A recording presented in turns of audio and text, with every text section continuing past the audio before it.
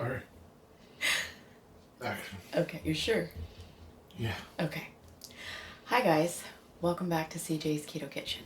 My name is Sarah, and if you are looking for home-style recipes made ketogenic, then you have come to the right channel. So, happy spring, or happy allergy season if you're a sufferer like myself. But I'm going to be making something in keeping with the season, and I'm going to be making low-carb carrot cakes, but they're going to be mini.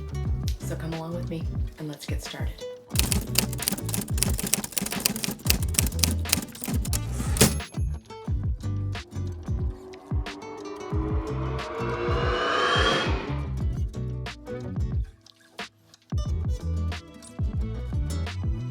So carrot cake is very popular this time of year, especially for Easter. It is probably because of Bugs Bunny and his love of carrots. But somehow carrot cake got associated with Easter. And I wanted to make this in the mini version. CJ and I were at Costco last night and they have mini carrot cakes. So I guess I'm not the only one with this idea. Let me show you what you're going to need. So you are going to preheat your oven to 350 degrees. So let's talk about mini cakes. I'm going to be using silicone mini cake pans for my recipe. You could use cupcakes if you wanted to, or you could of course make this in a large cake. Mine are 4-inch, and I've put them on a baking tray. I got my silicone cake pans, the mini ones, off of Amazon, and it will be linked of course. Okay, for our wet ingredients, you are going to need 1 cup of softened butter. In the United States, that is 2 sticks. A 1/2 cup of golden erythritol. Sucre Gold, lots of different brands make them, and you're going to need 1/2 cup of that. I also have 1 cup of regular natural sweetener. This is Swerve. 1/2 cup of heavy cream. 5 room temperature eggs. 1.5 cups of grated carrot. Let's talk about carrots. Oh, you want me to be on your face? This is a very serious carrot conversation.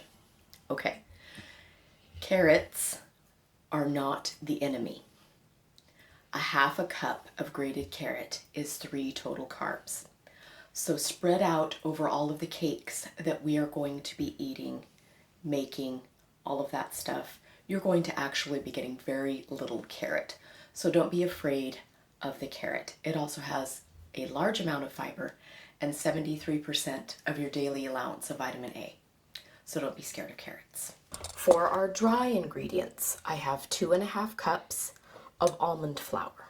I have 1/2 cup of unsweetened shredded coconut. If you don't care for coconut, you could omit this, but it does give our crumb, that is the cake texture, very nice depth. You're also going to need baking powder, cinnamon, nutmeg, and ginger. I'm also going to be putting in a little bit of salt. You are also going to need 1 cup of ground nuts. I'm using pecans here. You could also use walnuts, and this is also going to give our cake very nice depth and a little bit of crunchiness. If you don't care for nuts, you can omit this, but I really like the texture that it gives to our cake, and it is very traditional in carrot cake. Okay, we are going to begin mixing our wet ingredients first. So we are going to start with our softened butter, and we are going to add both our brown sweetener and our white sweetener. And I'm just going to begin combining those with my hand mixer.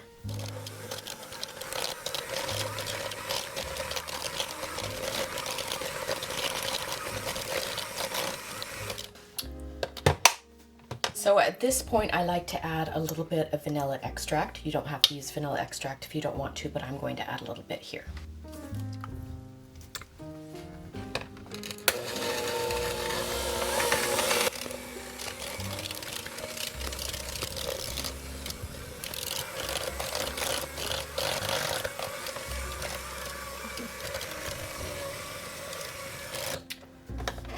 Okay, so that's what you're looking for. Light and fluffy when you're creaming butter and sugars, or in this case, natural sweeteners. So the next step that we are going to do is we are going to add our 5 eggs, and we are going to add them 1 egg at a time and combine the egg into our mixture.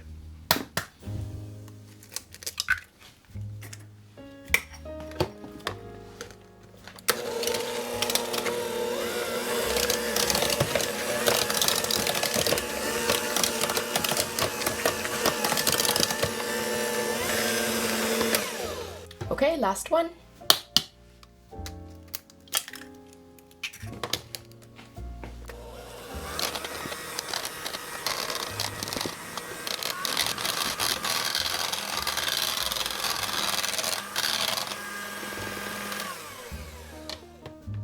Okay, so we have all of our eggs incorporated.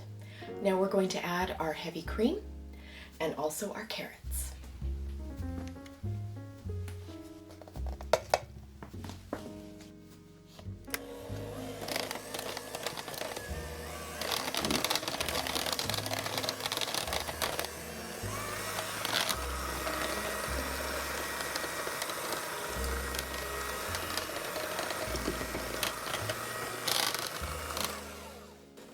Okay, so there is our wet ingredients all combined. Now we are going to move on to our dry ingredients.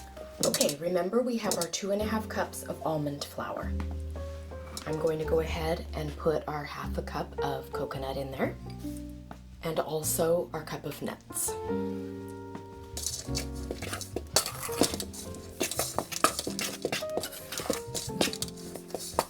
I'm putting my salt in. Next comes our leavening, which is baking powder, and I want 2½ teaspoons.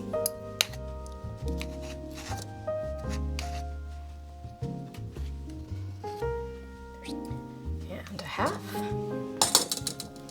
Now comes our spices. I'm going to be using Ceylon cinnamon, and I have it here in a big bag. I do also have it in a spice container, but I'm going to be putting in 2 tablespoons of cinnamon. It's a good deal of cinnamon. This is a spice cake, as all carrot cakes are, and so I wanted to be able to just do it easily out of my bag. So once again, I'm going to be using 2 tablespoons of cinnamon.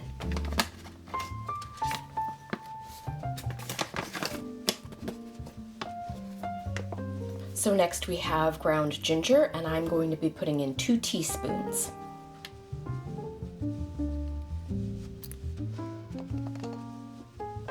Okay. And then I'm going to put in 1 teaspoon of ground nutmeg. I'm just going to give this a nice incorporation so all of our dry ingredients are well combined and our leavener is in there very well. That is our baking powder. You don't want to get a clump of baking powder. Smells nice and spicy. Okay. Now, after we get this thoroughly combined, I'm going to go ahead and slowly start adding our dry ingredients into our wet ingredients until we have our cake batter. So I'm going to put half of this, approximately, into the wet.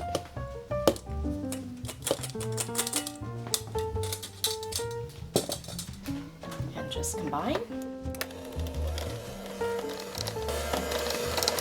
You don't want your mixer on too high. You don't want your flours and everything to go poofing everywhere. Okay, I'm going to scrape the sides, and then I'm going to put the remainder of the dry ingredients in.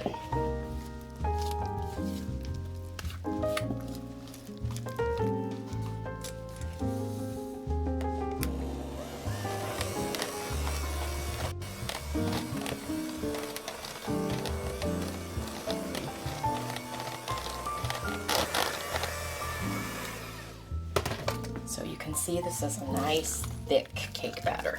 Very nice. All right, I'm gonna do a bit of cleanup and we will start putting our batter into our little cake pans. Okay, I'm going to start putting the batter into my cake pans. I'm not exactly sure how many mini cakes it's going to make because I haven't made this recipe with mini cakes before. So I am going to start with 4 and see what happens.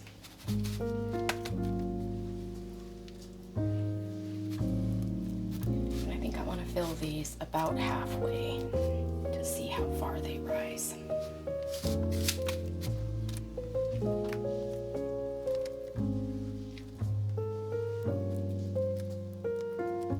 Okay, I wanted to make these mini for Easter, but I have not done the mini cakes before, so I'm going to go ahead and start with 2 and see how it goes, and then I will make the rest. But I'm going to start in my oven at 350 for about 15 minutes, because generally for a full-size cake you do about 30-35 minutes. So I'm going to have that time. So I'm going to do 15 minutes and then check on them. You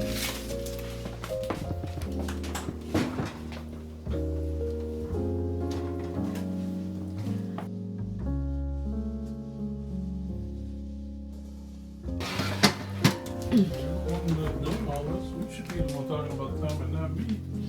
I said, do you want me to talk about timing? I want you to give Mr. whatever. Snotty Pants. I want people to know whatever they need to know to be successful. So I was under the assumption that because the containers I am using are a smaller size, that it would take less time to cook it than it would a traditional cake, but I was wrong. So I started my cakes at 15 minutes. It's now 30 minutes. So I'm going to say for this 4-inch size cake, you're going to need about 30 to 35 minutes, depending on your oven, of course, because everyone's oven is different. So I would definitely start at the lower time. But just know that it's probably going to take you more like 30 minutes, not 15.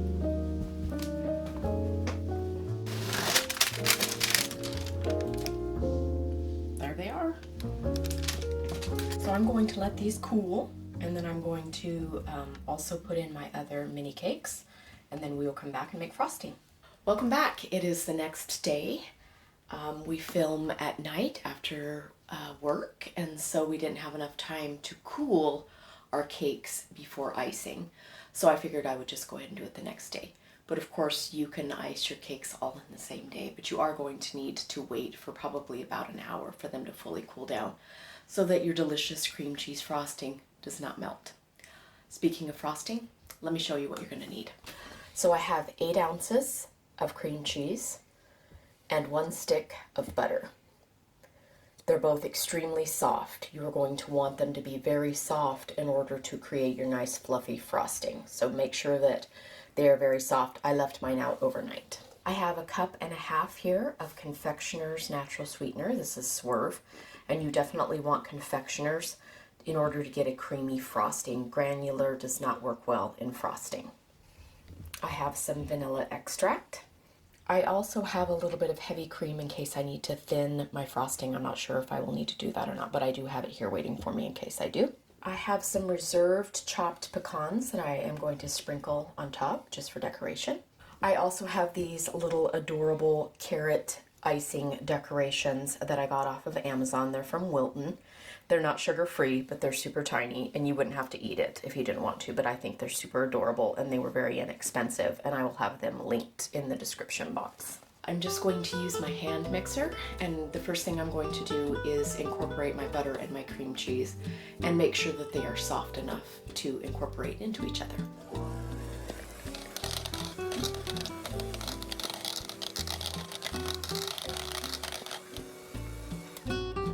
They are perfectly soft and incorporated well. I'm going to put in a little bit of vanilla now.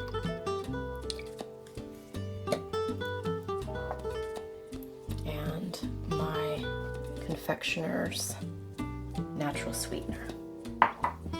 So you want to start out slow because this is going to puff up and you'll get it all over the place.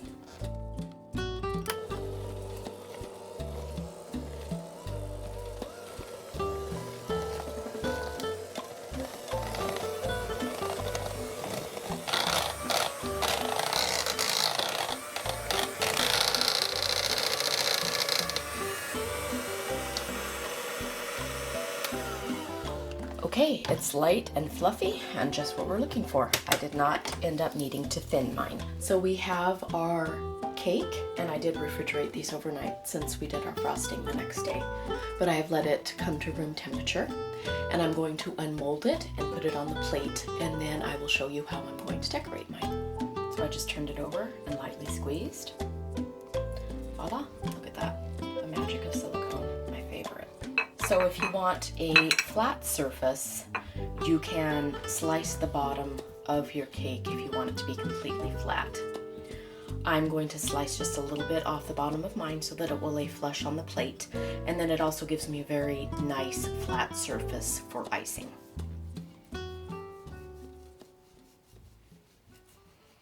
And this will be Cook's treat later on.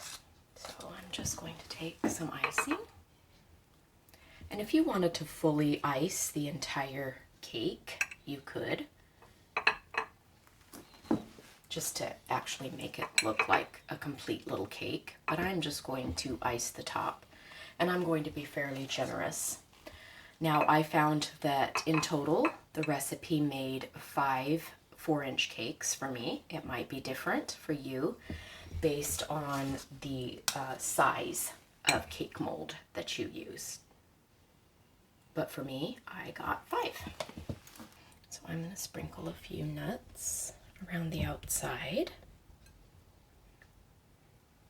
You could also put some nuts around the edges if you were going to decorate the sides.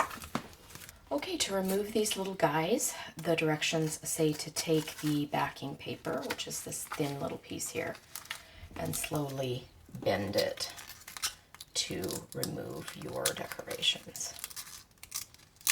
Like so. So everyone can see that it is indeed a carrot cake. So there we go.